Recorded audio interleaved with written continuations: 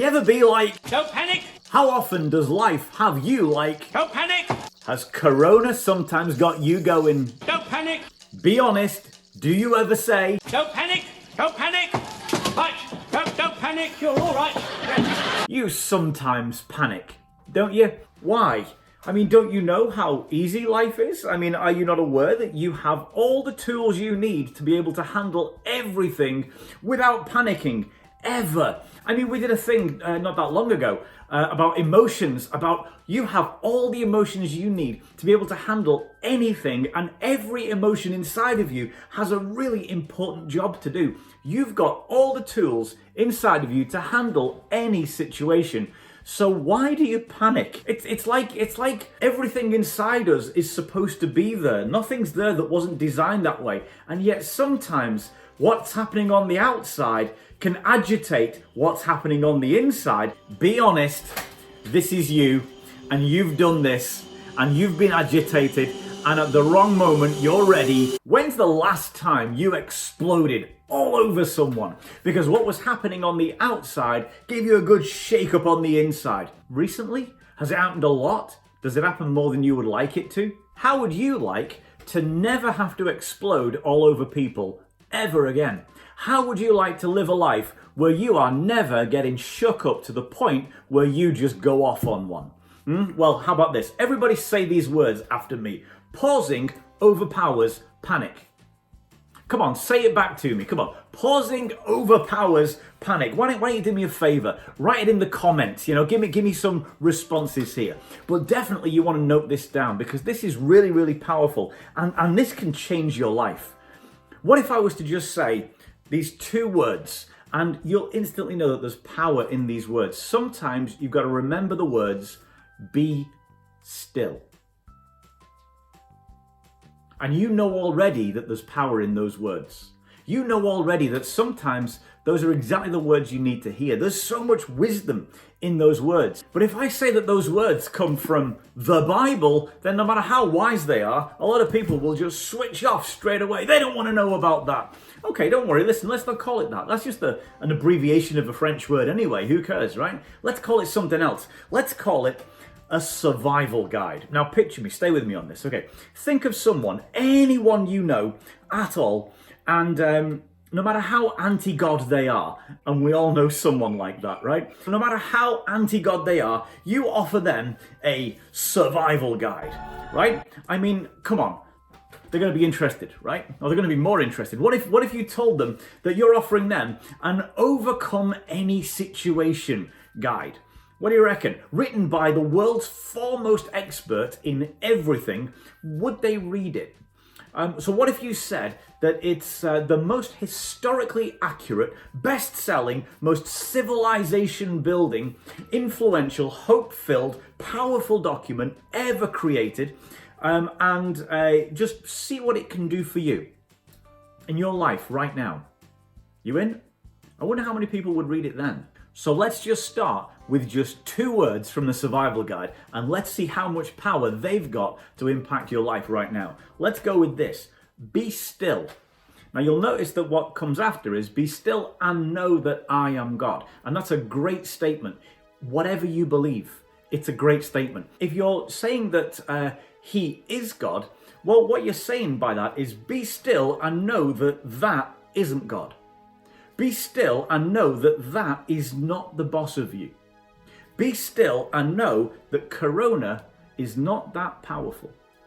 Be still and know that your loneliness is not the boss of you. Be still and know that your finances have no power over you. Be still and know that your health isn't worth your worship and it isn't worth your worry. All of this comes by asking the question, be still and know that what is God?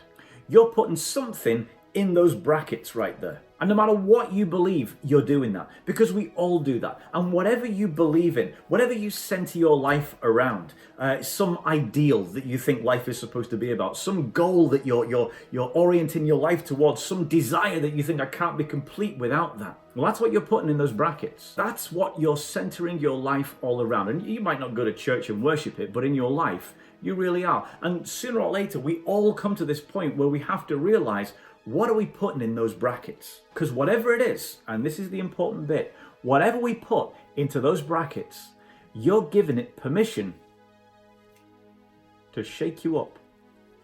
You're giving it permission to decide how you're feeling today, whether you're doing good or whether you're doing bad or whether you should worry. So you just got to pause and ask a really simple question. What am I giving permission to? And does it have my best interests in mind?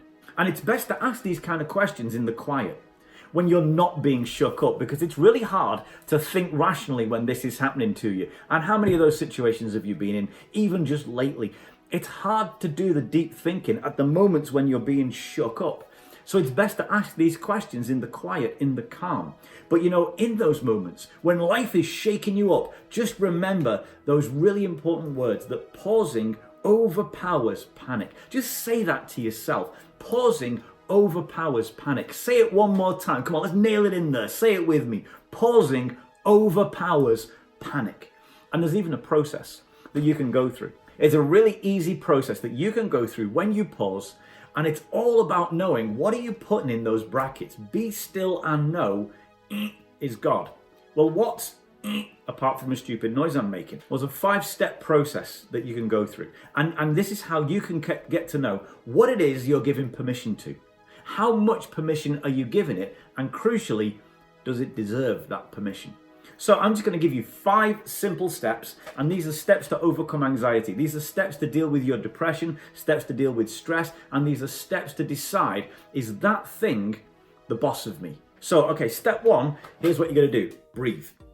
When you're in your moment of panic, when everything's going wrong, when it's all going on around you and you don't seem to be able to think, just breathe. And I'm actually going to suggest that you count and breathe. And this is a really good exercise. You just count backwards and breathe. If you're in a little bit of a stress, just find somewhere and count backwards from 3. And at every number, breathe. 3. And you just breathe and you just count down. That's it. It's really easy. Or if you're really in a stressor, then you do it from 10 and you count backwards from 10. And my suggestion, and I've done this relaxation exercise with people, you slow down your counting the further you go. And it'll put your body into a much better position. And when your body's relaxed, then your mind starts to relax. And when your mind relaxes, then your body relaxes. Now, you might think, I haven't got time, I don't have time to do that. Okay, well, listen, stop worshipping the clock. If you don't have time to concentrate on your breathing and just slow yourself down, then you're putting the clock in those brackets and you're making it the boss of you and you're giving it permission to shake you up. Step 2, you got to ask, is this worth dying for? See, panic takes away your perspective. So take it back. Take perspective back from whatever it is that's stressing you out. It's not worth dying over. And if it's not worth dying over, is it worth stressing yourself over? Is it really that important? Most things are not nearly as important as we think they are. We just convince ourselves that they are. So create some perspective in your life by just asking, is this worth dying for? Because if it's not, it doesn't deserve to be in those brackets, does it? And then that leads on to another question. And this is where things are going to get a little more dicey, is to ask, what's the worst that could happen? I know it's a Dr. Pepper advert, right? Okay. And in some cases, a really bad thing could happen. I mean, we're living in a time of a deadly virus sweeping through the country. The worst could be pretty bad. So face up to it. Okay, I've breathed. I'm steady. Is it worth dying over the panic of this thing? Right, so now let's ask some questions. What's the worst that could happen? And now I'm going to be realistic and I'm going to make a plan to deal with the worst that happens. I'm just going to ask, what's the worst that could happen and what will I do if it does? That's it. Just simple. Really simple. But what you'll find in the majority of cases, the worst thing that could happen is not actually that bad. Especially when you put that question into perspective with step 3, you got to name 3 things that this couldn't change. So not just 3 things that it wouldn't change, 3 things that it doesn't have the power to change.